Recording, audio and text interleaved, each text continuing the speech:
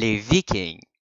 Les Vikings sont des explorateurs, des commerçants, des pillards, mais aussi des pirates scandinaves au cours d'une période s'étendant du 8e au 11e siècle, communément nommée l'âge des Vikings. Ils sont souvent appelés Normands. Les hommes du Nord, qualifiés indéfiniment au Moyen Âge de Normands ou de Danois, sont plutôt connus aujourd'hui sous le nom de Vikings. Ils profitent des luttes intestines entre les trois empereurs caroliniens. Venus de Norvège, du Danemark ou plus rarement de Suède, ils multiplient les raids de pillage et de destruction dès le début du 9e siècle. Les Scandinaves sont nés dans une culture maritime, avec l'océan Atlantique à l'ouest et la mer Baltique et la mer du Nord dans le sud de la Scandinavie. La navigation s'est avérée être un moyen de communication important pour les Scandinaves et un instrument vital pour les Vikings. Les bateaux vikings. Le bateau viking, aussi appelé dracor en français, est une catégorie de navires d'origine scandinave, d'aspect et de taille variés.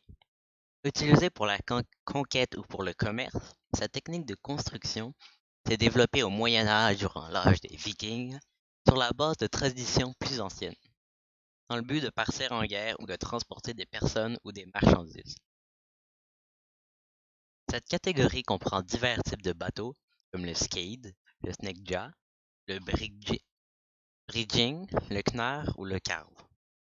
Par bateau viking, il faut entendre une grande diversité de navires qui se distinguent les unes des autres par leurs dimensions et leurs matériaux, en fonction du lieu de leur construction, des mers où ils naviguent ou des tâches pour lesquelles ces différents modèles ont été développés. La conception rapide du navire viking était essentielle à leur raid éclair. Par exemple, lors du pillage de la Frise au début du 9e siècle, Charlemagne a mobilisé ses troupes dès qu'il a entendu parler du raid, mais n'a trouvé aucun viking au moment de son arrivée. Leurs navires ont donné aux Vikings un élément de surprise. Voyageant en petite bande, ils pouvaient facilement passer inaperçus, entrer rapidement dans un village ou un monastère, piller et ramasser du butin, et partir avant l'arrivée des renforts. Les Vikings ont compris les avantages de la mobilité des dracars et les ont largement utilisés. Les Vikings attaquaient régulièrement les régions côtières en raison de la nature difficile de la défense pour ces régions, ainsi que de l'utilisation des rivières et des chevaux volés, attaquer plus profondément à l'intérieur des terres au milieu du 9e siècle. Les raids et les armes. Les raids vikings sur le territoire de la France actuelle sont surtout connus par des chroniques rédigées par des clercs qui en ont souvent exagéré l'ampleur et l'importance. Ils n'ont laissé quasiment aucune trace matérielle, hormis quelques armes et objets principalement dragués dans la partie normande de la Seine. Ces petites flottes ont brutalement mais efficacement effrayé les habitants et ont rendu difficile pour les territoires anglais et francs de contrer ces tactiques extraterrestres.